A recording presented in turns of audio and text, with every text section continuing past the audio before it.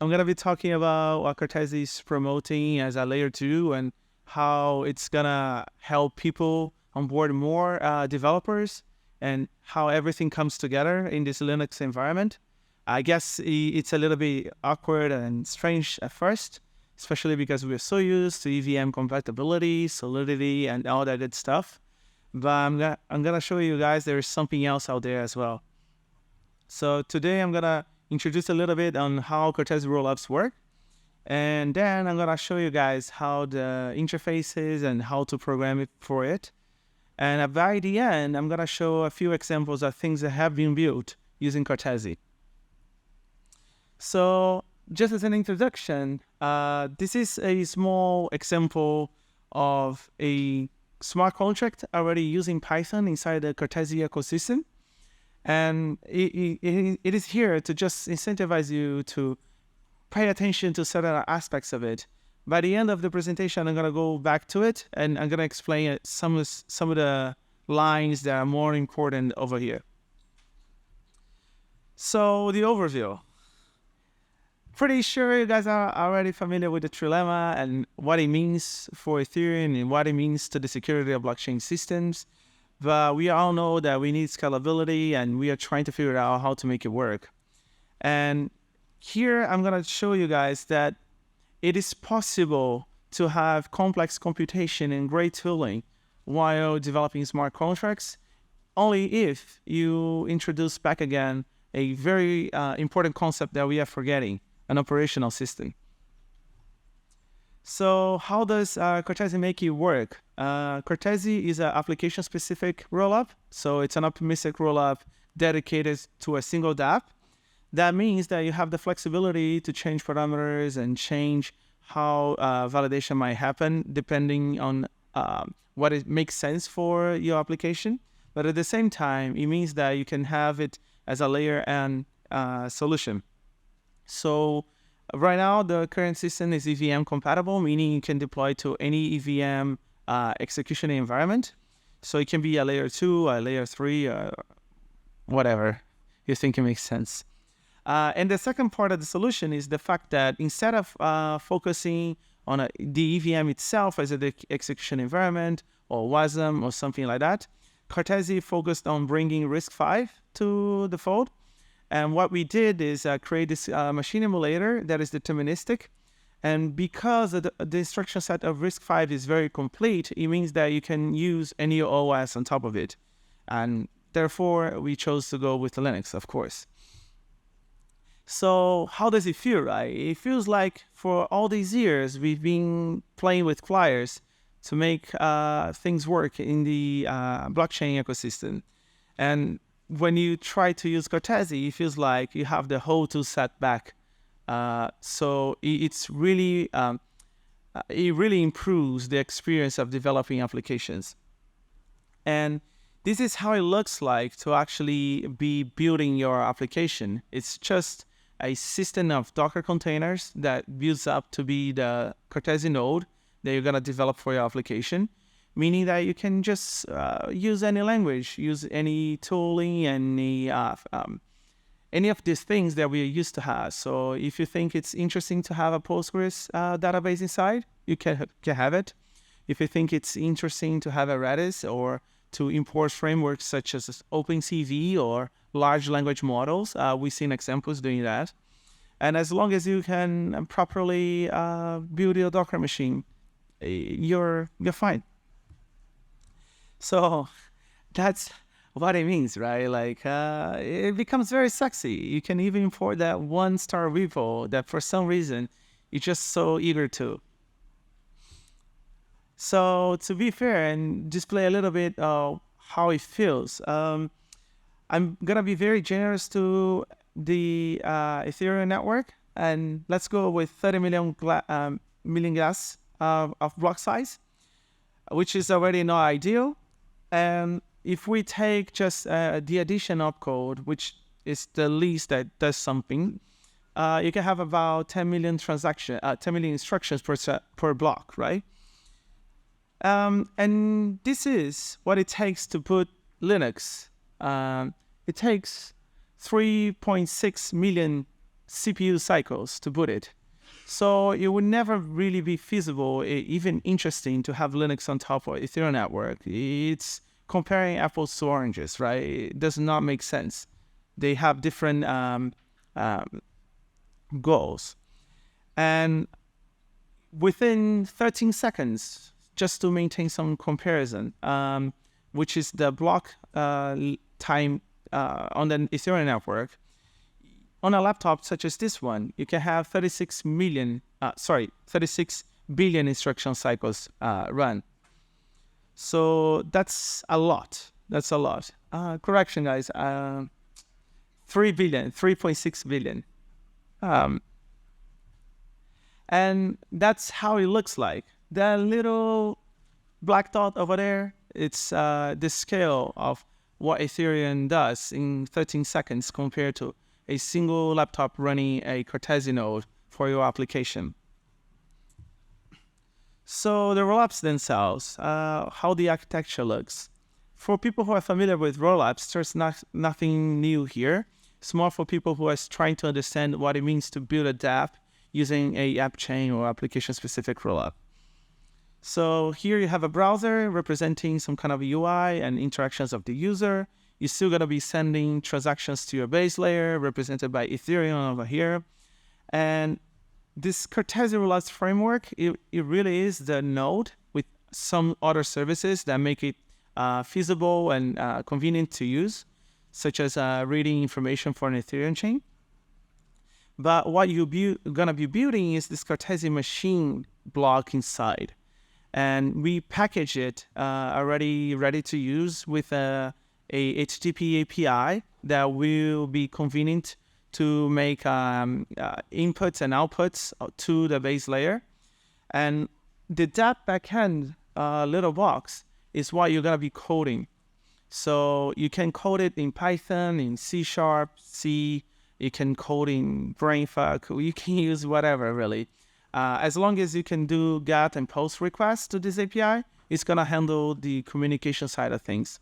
So it really is a sandbox environment. And as you build it, it can put anything inside. But as long as you remind yourself that it needs to be self-contained, it can run on Cartesi. So back to the code I showed you guys in the beginning. So this is a very simple smart contract. It's not smart at all, actually. It's an Echo Python example. What it does is whatever it receives as information, just plain text messages, it replies back using one of the output methods. So if it is a read request, read-only request, just like ETH call, gRPC call, you can recreate this report, such they're kind of like logs. And if you have like actual transactions, they changing transactions, you can create these notices. And notices are kind of like Ethereum events that have a Merkle proof attached to it. So you can go back to the base layer and actually do something about this information. Finally, not represented here, there is the concept of vouchers. And vouchers are transactions that will be able to be executed in the future. So you go on throughout the settlement period, execution period of your rollup, creating these vouchers. After you settle, they become executable because you have Merkle proofs attached to it. So going back here, you can see in lines 18 to 20 that I'm declaring some high-level handlers. These are the basic handlers every Cartesi application should have. You can create many more just as routes in an API. And these two high levels are the ones that I was talking about before. One is for read-only requests. The other one is for transactional requests. The read-only, it's really interesting because the node manages snapshots of the machine. So if you try to change anything on the application, it's not going to be saved. The machine continues pristine from the last transactional request. The same is true if you reject the input. So because of the way EVM works, and it's interesting in blockchain systems that you'll be able to handle, let's say, weird corner case scenarios. So you always have the ability to throw in Solidity, right? And reject the input and still maintain the pristine state of your smart contract. Here is the same. After handling a transaction, you can send a reject response for the input, and the machine is going to be reverted back as if it never processed the transaction in the first place. So the idea here is to enable the dApps that we've been developed to be further decentralized, not necessarily needing to rely on off-chain computation or data sources and things like that. Also to have a faster development cycle and more concise and comprehensive by expressing more complex logics, by having the ability to import libraries and frameworks that many people have been building for so long. You have the ability to have extra processing power, so you can think, again, that you can use loops even and things like that. And you can leverage the traditional stacks because sometimes they're just nicer to use. And finally, as you're developing a new project, you gotta know that eventually your project might need new developers. And there's a very small pool of developers on Web3 right now, but it's easier to onboard Web2 developers if you have a framework where they can use the language they already know how to code with. About the POCs. So at ETHGlobal Lisbon, we had this hackathon winner, ChainGPT. This person was concerned about the open source large language models and what the influence large companies can have on them. And she just used a simple example, but like, what if Coca-Cola managed to mess up with the responses of the model, and suddenly you have like 10-year-olds questioning like, what is a healthy drink? And Coca-Cola is like the first response. How do you prove it if it's basically a random in essence, right? You gotta do some statistical analysis. How do you prove it replied to your children that kind of response? So she was like, okay, but if you run the inference in such an environment where you have validation process, you can prove that at that exact moment, the response was such. So what she did was she imported the alpaca model inside the Cartesi machine and ran an example showcasing the power of it. And the second one is kind of funny. Basically, there is these systems where you can clock in and clock out of factories or government institutions using your fingerprint. And in Brazil, people are pretty good at hacking this thing. Between silicone fingers and just bribing the person next to the machine, it's not really reliable at all. So this guy who was just trying to understand how Cartesi works thought it was going to be an interesting experiment to create such an application. He used OpenCV inside the machine to do the recognition of the fingerprint itself. And at the same time, he used a machine learning model that he built to check against forgery and spoofing. So with these two models running alongside, people can scan the fingerprints and, I guess, optimally in a more private setting, send this information and be auditable. If you guys want to know a little bit more about other examples, other projects that have been built using Cartesi, even games, we have a bunch of games being built with Cartesi rollups. You can check rolluplab.io. People are sending their projects there. And also for this hackathon, we have such a distribution of prizes. We are track here. We're going to be throughout the whole weekend helping whoever's trying to build using Cartesi. Finally, pretty soon we're going to be launching a mainnet, a honeypot dev. The idea here is to showcase the security of the rollup. So the foundation is going to be depositing some amount of money periodically, increasing the amount of value locked, just to ensure, just to give insurance to people that there is something out there with a lot of money value locked, and nobody was able to hack it. So they're actually inviting hackers and security experts, white hats, other hats, to just try and steal this money. I'd say this is the end of this presentation. However, I have one more thing for you guys. So it happened a while back. Some guy was just trolling on Twitter asking, what if EVM, if EVM in Ethereum is the global computer, why haven't we seen Doom running on it, right? And Eduardo, by the way, is it here? I thought he was here. He came here for a second, guys. You're gonna see him around. He just said, like, fuck it. Took a weekend and he ported Doom to the Cartesi machine.